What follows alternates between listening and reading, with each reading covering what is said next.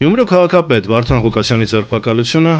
անակնկալ չէր, բայց դա յուրահատուկ էր իր բնույթով, որովհետև կարծես թե դրան շատ պետք է նորմալ վերաբերվեր մեր հասարակությունը, բայց Գյումրիում եղավ դիմադրություն, ժողովրդի մի ինչ-որ հատված դուրս եկավ, բողոքեց եւ տեղի ունեցավ մի բեմականացում։ Քիչ էր մնում իշխանությունները հատուկ միջոցներ կիրառեին, ուղղաթիռներ, կործանիչներ հանեին օդ, որպեսզի ձերբակալեին Վարդան Ղուկասյանին։ Բայց եկեք ֆիքսենք հետևյալը։ Ես կողմ եմ օրենքին, օրինականությանը։ Եթե ինչ-որ մարդ, որը հատկապես հրեշտակ չէ, մենք գիտենք դրա մասին, մեղադրվում է ինչ-որ հանցանքի, կոռուպցիայի մեջ, թող գործի օրենքը։ Բայց ինչու է ստացվում այնպես, որ գաղտնալսվում եւ ձերբակալվում են միայն իշխանությանը ոչ հաճու մարդիկ։ Ինչու են մեր երկրում կոռուպցիայի մեջ մեղադրվում միայն նրանք։ Երբ օրինակ Անիֆի վերաբերյալ հայտարարվեց, հայտնի է բոլորին, որ ոչ թե Վարդան Ղուկասյանի 4 միլիոն դրամի կարգի, այլ միլիարդավոր դրամների, միլիոնավոր դոլարների պետական բյուջեի միջոցներ են անհետացել, չկա ոչ մի ձայնագրություն, չկա ոչ մի օպերատիվ հետախուզական աշխատանք, եւ սվոյներից, իշխանություններից ոչ մեկ չի ձերբակալվում, ոչ մեկ չի հետապնդվում։ Միայն ձերբակալվում են եւ գաղտնալսվում իշխանությանը ոչ հաճու մարդիկ։ Սա ինչ է։ Սա օրենք է։ Սա արդարադատություն է, սիրելի բարեկամներ։ Իհարկե ոչ։ Սա ունի մեկ բացատրություն։ Իշխանությունը պահելու ռեպրեսիաների միջոցով մեխանիզմ, որը գործադրվել է հատկապես ընտրություններից առաջ։ Սա նույնիսկ ոզնուն է, հասկանալի։ Հետևաբար, ուղղակի զավեշտալի ծիծաղելի են իշխանության տարբեր ներկայացուցիչների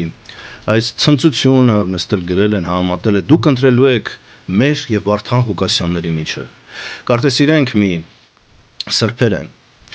Կեղծիքից խոսում է մարդ, օրինակ ԿՊ գուսակցության փոխնախագահը, վարչության փոխնախագահը, մի խոսքով էկոնոմիկայի նախարարը, ով ֆիկտիվ ՀՀԿ-ական է եղել։ Կեղծիքներից նա խոսում է եւ ասում է դուք ընտրելու եք Վարդան Ղուկասյանների եւ մեր միջը։ Պատերազմ կեղծած ուժը պատերազմ կեղծած եւ մինչեւ այսօր ստի եւ կեղծիքի քարոզչություն իրականացնող մարդիկ ասում են, որ իրենք ընտրություններ չեն կեղծելու։ Էշ մի սատկի գարուն կգա։ Մի 10 տարի էլ անցնել Վարդան Ղուկասյանին կձերբակալեք, բայց խոշոր ակուլաներից նորություն չունենք, խոշոր ձկներից էլի մկներից, ասում եք չեն պլստալու։ Վարդան Ղուկասյանն է խոշորը։ Վարդան Ղուկասյանը, փաստորեն ձեր համեմատ ունենալով բազմամյա տարբեր մեղադրանքների հասցեն, ես ասում եմ նա հրեշտակ չէ, այսօր ունի ավելի մեծ աջակցություն իր համայնքում, քան ձեր քաղաքապետերից որևէ մեկը, եթե ձերբակալվի։ Եթե դուք վարչական ռեսուրս չկիրառեք։ Այդ օրին եք հասցրել, այնքան է իջել ձեր վարկանիշ եւ հեղինակությունը, սա նաեւ դրացուցիչ է, հա։ Ուսումնասիրելով հանրային տրամադրությունները, ես նաեւ որպես վերլուծություն, որպես գնահատական կարող եմ պնդել, որ տեսնելով, որ չունեք լեգիտիմություն եւ վստահություն ժողովրդի շրջանում այսքան ցախողումներից հետո, այլ բան չի մնում, քան ընդդիմել ռեպրեսիաների եւ դա դրա ցուցիչն է։ Թուրքի տագը կազել է ու լիզում է։ Չեմ ուզել իրան։ Ես չեմ ուզել, Գյումրին չուզե։ Ինքը վառած մեխայ է։ Բրզավ։ Ինքը տեխնայություն տնելու իրավունք չունի այսօրանից հետո։ Իրա գերեզմանը փողեց ինքը։ Եվրոպա թռավոր ստեղ կինոշին է։ Համես ոստիկանները դուժվան։ Համես ժողովուրդը դուժվավ։ Մենք հոգեպես ծանր վիճակ տանք։ Ամոթ է։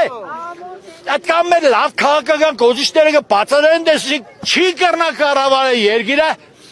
մուսորները չեն հասկանա։ Ինչ վարչապետը ինչ է փոխվել լենագանցոնց կյանքում, նյութական ոչ մի բան, զերո։ Եվ ասում եմ, եթե այդպես չէ, ինչու ձեր թիմից չենք տեսնում ձերբակալություններ, դուք սրբեր եք բոլորը, ինչու ձեր թիմից գաղտնալսումներ չենք լսում։ Ստեղծել եք գեստապոյի մի համակարգ, պետությունը վերածել գաղտնալսման մեխանիզմի, ձեր անձնական իշխանությունը պահելու համար։ Այսպես դուք հասցնելու եք մի անդառնալի վտանգավոր կետի, որտեղ ոչ թե լինելու է հեղափոխություն, այլ կարող է լինել քաոս։ Եվ այս պարագայում Նիկոլ Փաշինյանը շատ է նմանվում Միխայիլ Սաակաշվիլուն, ով նույն մեթոդաբանությամբ ընդդիմությանը ճնշելով վերջում երկիրը հասցրեց ոչ միայն տարածքային կորուստների, դրանից հետո տեղի ունեցան այդ ռեպրեսիաները, այլև վերջում նա արտաքսվեց հանգամանքների բերումով եւ մինչեւ այսօր նա հետապնդման դատապարտման մեջ է եւ չնայած իր ժողովրդի համար բերեց փոփոխություններ որոշ, բայց ի վերջո ամենամեծ հիասթափությունը բերեց պարտություն, բերեց երկրի միակողմանի կախվածություն Թուրքիայից, որի արդյունքում վերջում երկիրը նույնիսկ շեղվեց եվրոպական կուրսից եւ այսօր դրեյֆի մեջ է, այսօր հայտնվել է այդ ոչ հասկանալի անորոշ վիճակում։